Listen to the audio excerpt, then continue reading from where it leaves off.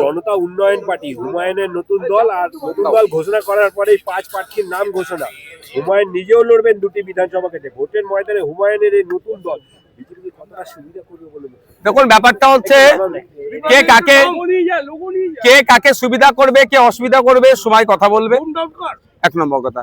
দ্বিতীয় কথা হচ্ছে, আমরা পশ্চিমবাংলার বিজেপি এবং তৃণমূল যেভাবে এই দুই দল মিলে শাসক এবং প্রধান বিরোধী দলের থেকে বাংলার মানুষকে শোষণ করছে, এর বিরুদ্ধে আমরা ঐক্যবদ্ধ হয়ে লড়াই করার চেষ্টা করছি। আজকে হুমায়ুন কবির সাহেব তিনি একটা দল তৈরি করেছেন এবং কোথায় কোথায় কন্টেস্ট করবেন তার আগাম একটা লিস্টও দিয়েছে।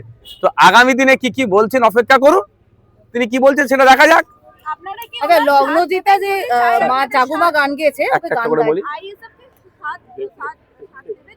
দেখুন, দারুণ একটা প্রশ্ন করেছেন হুমায়ুন কবির সাহেবকে, সাথ দেবো কি দেবো না। নওশাদ সিদ্দিক এখানে দাঁড়িয়ে বলে দেবেন এইরকম ভাবে তো হয় না।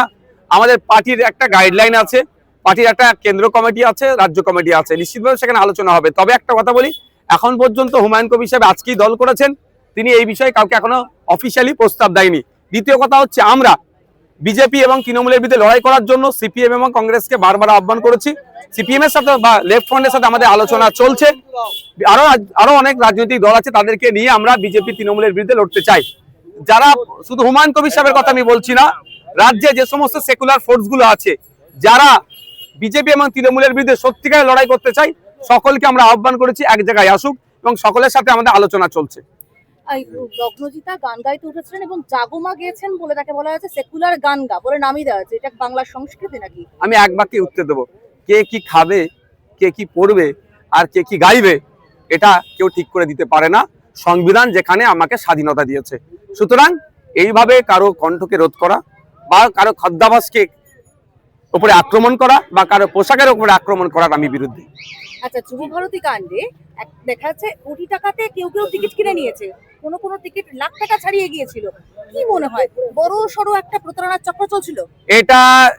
এটা বিচার বিভাগীয় তদন্ত হওয়া দরকার। এর মধ্যে 1 টাকা 2 টাকার খেলা নয়, একাধিক টাকার খেলা আছে। কারণ যতটুকু জানতে পাচ্ছি, আপনাদের মিডিয়ার মাধ্যমে শুনতে পাচ্ছি যে ওখানে 3 গুণ পাস অ্যালাউ করা হয়েছিল ফিল্ডে নেবে যারা মেসির সাথে ঘোরাফেরা করবে। আবার জানতে পারলাম ছবি তোলার জন্য নাকি কোটি টাকা এই ধরনেরও ব্যবস্থা করা ছিল। সেটা সম্পূর্ণ অবৈধ পন্থা অবলম্বন করে করেছে। এটা এক প্রকার জুয়া, অন্যায়, ঘুষ দেওয়াদির ব্যাপার। এটা তদন্ত হওয়া দরকার। তবে বাংলার ফুটবল প্রেমী মানুষের মননে, বাঙালির মননে যে ক্ষোভের সঞ্চয় হয়েছে, মমতা ব্যানার্জি তড়িঘড়ি ক্রীড়ামন্ত্রীকে প্ল্যানিং করে ইস্তফা দেওয়া করালেন। এটা দিয়ে বাংলার মানুষ যে কোন দুর্নীতি হয়েছে সেটাকে মেনে নেবে না। মমতা ব্যানার্জি যদি সৎ সাহস থাকে তাহলে তিনি ঘোষণা করুক, যারা টিকিট কেটে ওই দিনকে গিয়েছিল তাদের প্রত্যেকের টিকিটের টাকা ফেরত দিতে হবে। এবং যুব ভারতী স্টেডিয়ামে যে সমস্ত ক্ষতি হয়েছে অর্গানাইজারদের থেকে এবং যারা ওই ফিল্ডে ছিল ওই দিনকে, যাদের জন্য এত বিশৃঙ্খলা হলো, তাদের কাছ থেকে পূরণ করা হবে, এই ব্যবস্থা করুক। আচ্ছা, মমতা বন্দ্যোপাধ্যায় বিএলএদের নিয়ে বৈঠক করেছেন এবং সেখানে মাইক কিছুক্ষণ বন্ধ হয়ে যায়, তখন উনি বলেন সাবোতাজ হচ্ছে নাকি। নেতাজি ইনডোর, তারই লোকজন, সবকিছু রয়েছে, কোথাও কি ভয় এমন ঢুকে গেছে যে সবেতে সাবোতাজ দেখছেন মমতা বন্দ্যোপাধ্যায়? দেখুন, মমতা ব্যানার্জি বিএলএদেরকে নিয়ে বৈঠক করার রাইট আছে কি আমার জানা নাই। প্রথম কথা, বিএলএ, আচ্ছা, ও এজেন্টদের, ওনার পার্টির এজেন্ট, সেখানে ওনার লোক, নেতাজি ইন্ডোর স্টেডিয়াম হচ্ছে ক্রীড়ামন্ত্রীর আন্ডারে, মাইক তার, সাউন্ড বক্স তার, সব তারপরে সাপোর্টেজ হচ্ছে। ব্যাপারটা হচ্ছে ওনার পতনের লক্ষণ হচ্ছে এগুলোই। উনি যেভাবে বাংলার যুব সমাজকে ধ্বংস করেছে, শিক্ষা, স্বাস্থ্য, কর্মসংস্থানকে যেভাবে ধ্বংস করে দিয়েছে, শুধু গুটি কয়েক মানুষ তোলা তুলে তাদের সাম্রাজ্য বাড়িয়েছে, এটা মানুষ ধ্বংস করবে। আপনিও তো এসআইআর বুঝিয়েছেন, লোকজনকে মঞ্চ করে রীতিমতো কাগজ দিয়ে বুঝিয়েছেন। মমতা বন্দ্যোপাধ্যায় এখনো এসআইআর প্রক্রিয়া প্রায় শেষের পথে বলতে পারি আমরা, চলছে শুনানি, এখনো বলে যাচ্ছেন যে কেন এসআইআর, কেন এসআইআর, কেন এসআইআর, কেন করছেন বলে মনে হয় এটা? যদি এসআইআর কে ওনার অসুবিধে হয় তাহলে ওনার কাজটা কি হবে? উনি প্রায় 90,000 অফিসার কেন দিলে এসআইআর করার জন্য? উনি তো তাহলে অফিসার দিয়া থেকে বিরত থাকতো। শুধু তাই নয়, এই অফিসারদের সাম্মানিক ভাতাটাও আমাদের রাজ্যের কোষাগার থেকে দিতে হচ্ছে। তৃতীয়ত হচ্ছে, উনি ফর্মটা তাহলে গ্রহণ করলেন কেন? চতুর্থ, উনি যদি এসআইআর এর সত্যিকারের বিরোধী হয় তাহলে উনি ফিল আপ করে আপলোড করলেন কেন? পঞ্চম হচ্ছে, যদি এসআইআর উনি নাই পছন্দ করেন অফিসিয়ালি, তাহলে পশ্চিমবাংলা বিধানসভা থেকে একটা রেজুলেশন পাস করাতে পারতো। ষষ্ঠ হচ্ছে, রেজুলেশনকে নিয়ে সুপ্রিম কোর্টে একটা মামলা করতে পারতো। এত কিছু প্রভিশন থাকার পরেও শুধুমাত্র বাংলার মানুষকে বোকা বানানোর জন্য এসআইআর হবে না, এসআইআর পছন্দ করি না বলে মানুষকে বোকা বানাচ্ছে।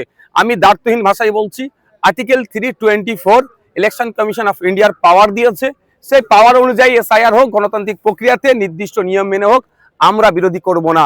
কিন্তু যদি নির্বাচন কমিশন আর্টিকেল 326 আমার ভোটদানের যে অধিকার আছে, স্বাধীনতা আছে, যদি কোনো বৈধ ভোটারের বিরুদ্ধে গিয়ে তার ভোটাধিকার যদি কেটে দেয়, তাহলে নির্বাচন কমিশনের বিরুদ্ধে আমরা কথা বলবো, আইনি লড়াই করবো, মাঠে ময়দানে লড়াই করবো। বাংলাদেশ নিয়ে তো কেন্দ্রের উপর চাপ সৃষ্টি করছে রাষ্ট্রীয় স্বয়ংসেবক সংঘের প্রধান মোহন ভগবত, বলছে ভারতকে হস্তক্ষেপ করা উচিত এই বিষয়ে। প্রতিবেশী রাষ্ট্র, আমাদের যে ফরেন পলিসি অনুযায়ী এতক্ষণ ভারতের হস্তক্ষেপ করা দরকার ছিল, বার্তা দেওয়ার দরকার ছিল, আলোচনা করার দরকার ছিল। বাংলাদেশের সংখ্যালঘুদের উপরে যেই দীপু দাসের উপরে যে অত্যাচার হলো সেটার জন্য। কিন্তু অদ্ভুতভাবে দেখছি বঙ্গ বিজেপি হই হই করছে, কিন্তু দেশের সরকার যাদের হাতে আছে সেই বিজেপি পরিচালনা করছে, কিন্তু কেন্দ্রীয় সরকার বা আপনার বিদেশ মন্ত্রীর পক্ষ থেকে বা ওই মন্ত্রণালয়ের পক্ষ থেকে কোনো বিজ্ঞপ্তি আমরা সেই অর্থে দেখতে পেলাম না। Thank you.